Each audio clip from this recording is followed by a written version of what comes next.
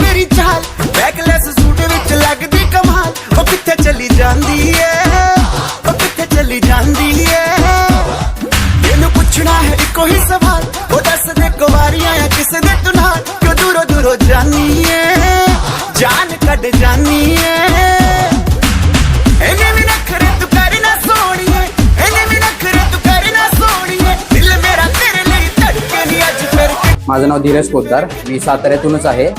सो hall खूप छान आहे, मॅनेजमेंट खूप उत्तम आहे.